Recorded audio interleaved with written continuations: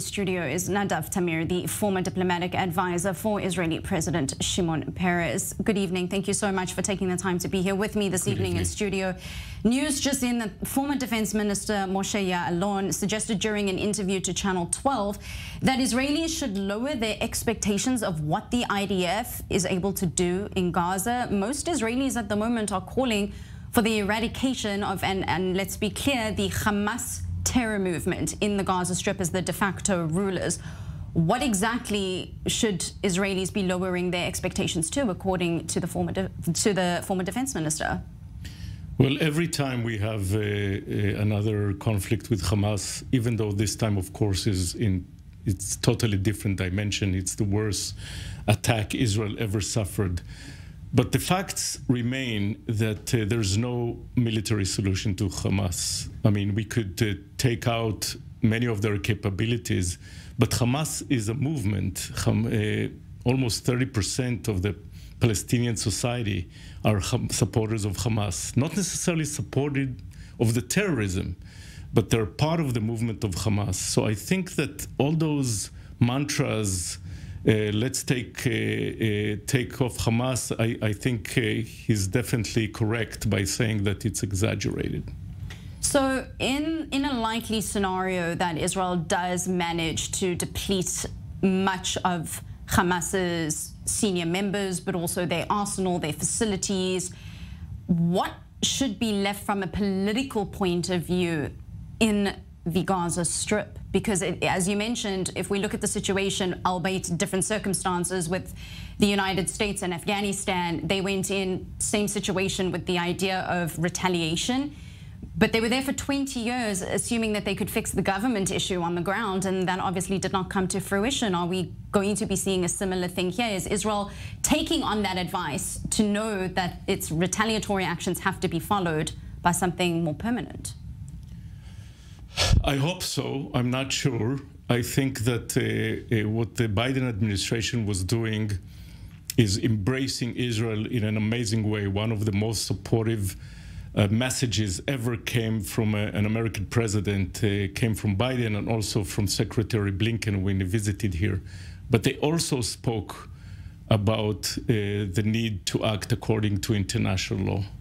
And if you act according to international law, there's no way you could, because you're going after so many civilians that are there in Gaza, and someone have to take care of them. And that requires a strategy, a political horizon, which I don't think the current Israeli government could do. But we have to think beyond this government.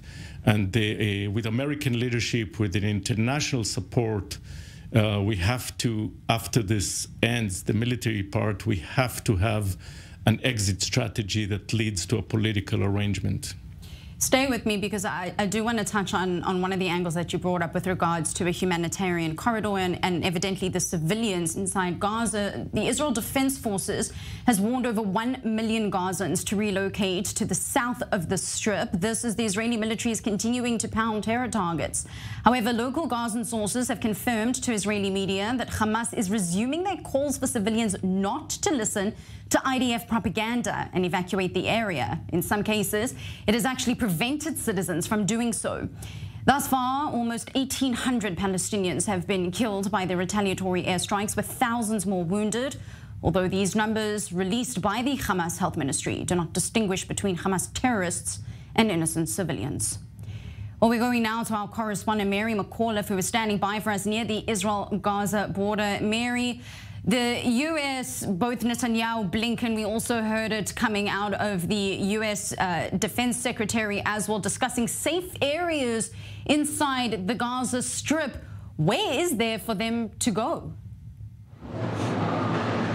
That's exactly the problem, Batya. There really is nowhere that is safe. This is the problem now with over 1 million residents in the north being told to flee south, while Israeli airstrikes are still ringing out and pounding the area, and also Israeli tanks. We've continued to see them here in the border area, especially. We've also heard these Israeli tanks throughout the day firing into Gaza, firing into Hamas targets in the area. So the citizens who are being asked to flee are being asked to do so while under fire, and with the added difficulty of there's really nowhere to go in this extremely densely populated strip, with Egypt also imposing closing that blockade from the southern exit, not allowing Palestinians to leave from there. It really is a burgeoning humanitarian crisis.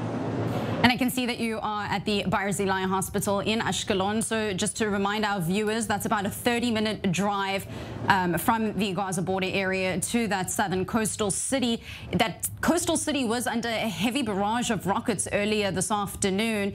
What has it been like there on the ground in the last while that you've been there? Absolutely, Batya. So we've been here in the south since this morning. In Ashkelon particularly, Hamas says it fired over 150 rockets towards this area and also towards Ashdod. Earlier today, we saw videos of massive interceptions taking place over the city. Driving into the city, we saw a number of different smoke from fires that were caused by these rockets, some in residential areas hitting cars, luckily causing no injuries, but also some that fell in open areas near the power plant, and massive fires there burning as these rockets continue to try and hit targets here. For the past 2 hours or so, I would say it's been relatively quiet. Just a few moments ago, we did hear rocket sirens ring out in Ofkanim, which is an area near the southern border in Beersheba, really, so a bit far from here. But here in Ashkelon, things have quieted down a bit for now, but residents are still bracing because they have been under these rocket barrages for a week now, and we really don't see many people out in the streets, if they are even still staying in the city and haven't already left to safer parts of the country. Correspondent Mary McCall there in the south of Israel. Stay safe. We'll be crossing to you a little later. Still with me here in studio is Nadav Tamir, the former diplomatic advisor for Israeli President Shimon Peres. Let's touch base on what Mary was pointing to. There's been recommendations from the IDF for a lot of these Gazan civilians to be moving down south towards Egypt. There's a big question here. Why is Egypt not opening the borders for these Gazans in order to assist them, or at least assist what they keep calling the humanitarian crisis that is likely to unfold with Israel's striking of the Strip? Why is Egypt not involved in at least alleviating some of that pressure on the citizens? Egypt is concerned that this will spill over to their territories. They have a lot of issues with the Muslim Brotherhood. They don't want this to become their problem. I think the American administration should work with the Egyptians to find a solution to this. And also Israel. We have to understand that many of those Gazans are victims of Hamas, just like we Israelis are victims of Hamas. And I can talk personally that I was today in a funeral, and many of my family were either brutally abducted or killed. But we have to understand that the fact that we were hit so badly by really war criminal acts by Hamas doesn't take from us the responsibility to be rational and humane in the way we respond to Gaza. And I hope that, first of all, we will prioritize bringing the abductees back home. That should be the priority, because we can always hit Hamas later. And secondly, whatever we do to eradicate the capabilities of Hamas. As I said, we cannot take Hamas completely, but to eradicate their capabilities, we have to do it in a way that will minimize the damage for the civilians in Gaza. Absolutely. And just before we bring in our next guest, there is newly released footage that is coming out showing how the Hamas terrorists opened fire at people hiding in the portable toilets of the festival that was near Re'im. Again, I'll remind our viewers, this was the Peace Festival where around 260 people were butchered in an open field area. They were there to celebrate peace. Just absolutely unbelievable. When we have those images that have just been coming out, we'll show them through to you. But in the meantime, let's move now to another personal testimony of some of those tragedies that are unfolding here in Israel. I'm joined by Eyal Harmati, the grandson of Varda Harmati, who was murdered by Hamas in Kibbutz Re'im near the Israel-Gaza border. Firstly, thank you so very much for joining us here on our breaking news editions of the I-24 News Desk. How are you and your family? Are the rest of you safe? Hi, thank you very much for having me. Me and the rest of my family are safe now. I live in Hod HaSharon, which is a little near the central of Israel. I have many family that lived in the kibbutz, in Kibbutz Re'im. They're all in Eilat right now. They had to evict the kibbutz. They can't stay there right now. And unfortunately, we didn't even have a funeral yet for my grandma. So the situation is pretty bad, you know. I can only but begin to try and imagine what you and your family must be going through. Can I ask you to talk a little bit about your grandmother and exactly what happened to her? Yes, so it happened October 7th. I woke up in the morning at 6:30 to the first sirens. I was so confused. It never happened that we have sirens out in Hod HaSharon. I was really worried because there was nothing that indicated this prior to October 7th. And when I woke up in the morning, I called my sisters and my family to see if everybody's safe, because I was very worried about everyone. I didn't know what was happening. I was scared. And then I got a call from my sister. She screamed at the phone. I can remember her screams until now. She was screaming, "Grandma was shot. Grandma was shot. She's dead. She's dead." And I just woke up. I was so confused. It's been half an hour. We didn't know like what's happening, what's going on. And I was just so scared. I rushed to my sister's house. She lives next to me. And we were trying to process everything and trying to reach out to our family in the kibbutz. And we were texting our cousin. We were asking him, "Is this true? What's happening? Are you safe?" He was texting us from the shelter. "No, it's true. She was shot dead. She's in her bed. Boz found her. Boz is her partner." He rushed to her the moment he heard that terrorists are in the kibbutz, and he found her already dead in the bed. My grandma was such a loving person, and she would feed the neighborhood cat all the time, and she usually doesn't listen to all the alarms and all the warnings that she gets. So what we think happened is that she forgot to lock her house, and she just went into the shelter, and then they broke into her house. That's what we think happened, but we don't really know if they broke in or the door wasn't locked. But it's just awful because she was helpless. She was an 81-year-old woman. She couldn't do anything. And we were speaking to our cousins to see if they're safe at least. They were hiding in their shelters. They couldn't speak on the phone because they couldn't make any noise, because they were running into houses. They were breaking into houses. They were trying to burn houses for people to come out. One of my cousins, he got hit by a rocket fragment in his hand and he had to go through surgery, but he's safe now. And it's just awful that this is the end of her story, because she was such a loving person. She had 2 kids, 7 grandchilds, and she had 1 great-granddaughter that was born less than 3 months ago. And all she wanted in the rest of her years alive was to spend time with family and, you know, share her time with friends, family, cook for us, be with us. You know, that's all they have left in that age. Like, that's all they hold on to. She grew up in the kibbutz all of her life.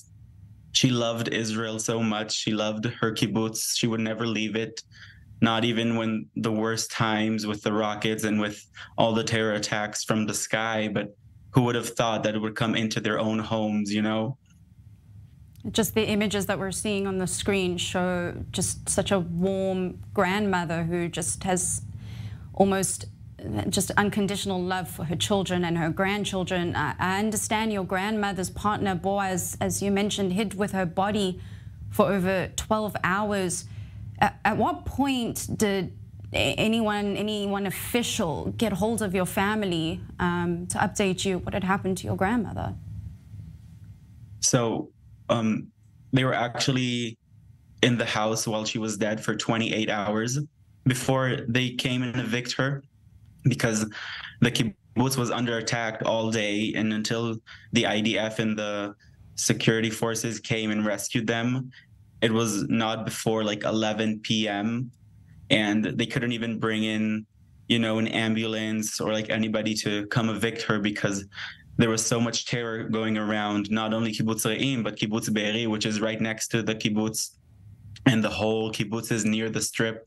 They were all going through their terrors, and there was just not enough force to even come evict her when the IDF took back control. So he laid next to her with her in the shelter for 28 hours before they could even come help them.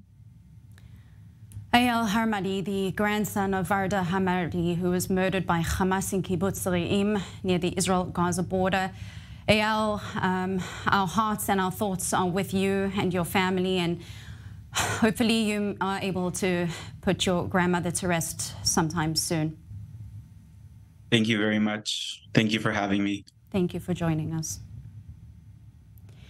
And still in that area of southern Israel, Re'im is not only just the kibbutz, but also just near that kibbutz, an area where the party known as the massacre that happened, 260 people were butchered at a peace party. I'd like to remind you all the time that we are looking at disturbing images. But what you're looking at right now on your screen is Hamas terrorists targeting the public toilets at this party, not even bothering to open the doors, but simply just shooting indiscriminately as they walk past. We've also been given accounts that many people that were working at the bar area at this party were hiding in the refrigerators, of which we were told that Hamas terrorists opened the refrigerators, found them, and shot them as well.